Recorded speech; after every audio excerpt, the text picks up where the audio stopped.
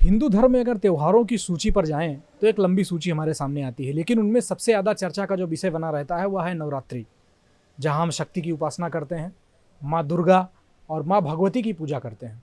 आखिर नवरात्रि का क्या महत्व है, इसमें 9 दिन ही क्यों होते हैं, और माँ भगवती की पूजा और उपासना करने के पीछे क्या महत्व है। इसके लिए हमारे साथ हैं आचार्य राजेंद्र तिवारी जी, जिनसे हम जानेंगे। सबसे पहले तो यही जानेंगे नवरात्रि का महत्व क्या है, नवरात्रि होता क्या है और इसमें 9 दिन क्यों होते हैं।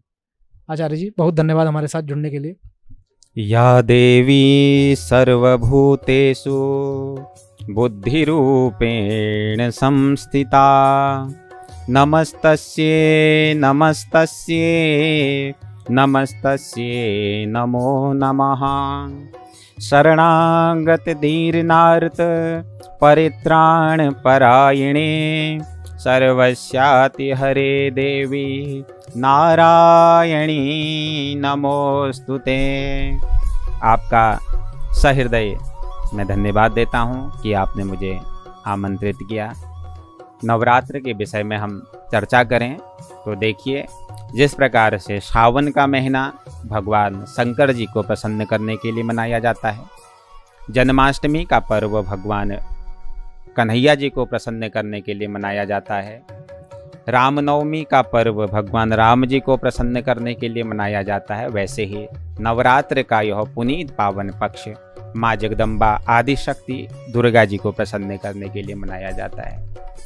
एक मनुष्य बिना शक्ति के अपूर्ण है। जब तक हमारे पास शक्ति नहीं है तब तक हम अपूर्ण हैं। हम सारा संसार शक्ति के अधीन है। हम जो बोलते हैं, हम जो चलते हैं, समस्त जीव जगत चराचर जगत उस शक्ति के अधीन है। तो जब तक हम शक्ति की उपासना नहीं कर लेते हैं तब तक हमारा जीवन अपूर्ण रहता है। देखिए, एक सनातन धर्म में जो जीव जो मनुष्य उत्पन्न हो जावे, सनातन धर्म में क्या, प्रत्येक धर्म में अगर कोई भी जीव उत्पन्न हो जावे उसे 3 चीज़ों की आवश्यकता पड़ती है।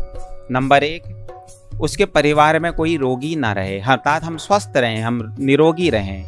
नंबर 2, हमारे पास कभी धन की कमी ना रहे, कोई हमारे घर कोई अतिथि आ जावे उसका भी सम्मान हो जावे, और हमारे घर में किसी धन आदि की हमारे घर में कमी ना रहे। और तीसरा, हमारे घर में विद्या बुद्धि का भी हमारे हृदय में संचार होता रहे। तो माँ आदि शक्ति, जो माँ का जो प्रथम जो स्वरूप ऐं का अर्थ है महाकाली, जो माता महाकाली है वह महाकाली हमें कालों से हमारी रक्षा करती है, रोगों से हमारी रक्षा करती है, हमें निरोगी बनाती है। महालक्ष्मी हमें धन प्राप्त कराती है और महासरस्वती हमें विद्या बुद्धि देती है। तो 3 चीज़ें ही मनुष्य को आवश्यकीय होती हैं। अब आपने प्रश्न किया कि नवरात्र को नवरात्र ही क्यों बोला जाता है। तो नवरात्र जो 9 अंक है वो अपने आप में पूर्ण है। अब आप 9 का पहाड़ा ले लीजिए, 9 एकम 9, 9 दूनी 18, 8 और 1 9, 9 तियां 27, 7 और 2 9, 9 चौको 36, 6 और 3 9, 9 आगे भी अगर आप 9 को गुणा करेंगे तो उसका योग अंत में 9 ही आता है। और जहाँ से 9 दाम 90 आ जाता है तो 90 के बाद फिर 1 आगे आरंभ हो जाता है, यानी 10 शुरू हो जाता है। यानी 9 अंक सबसे अंत भी है और 9 अंक पूर्ण भी है। इससे प्रत्येक जीव को उसी की उपासना करनी चाहिए जो अपने आप में परिपूर्ण हो। अपूर्ण चीज की अगर हम उपासना करेंगे तो हमारा जीवन कभी परिपूर्ण नहीं हो सकता। माँ आदिशक्ति जगदम्बा पूर्ण है, इसलिए प्रत्येक जीव को पूर्ण शक्ति की ही उपासना करनी चाहिए।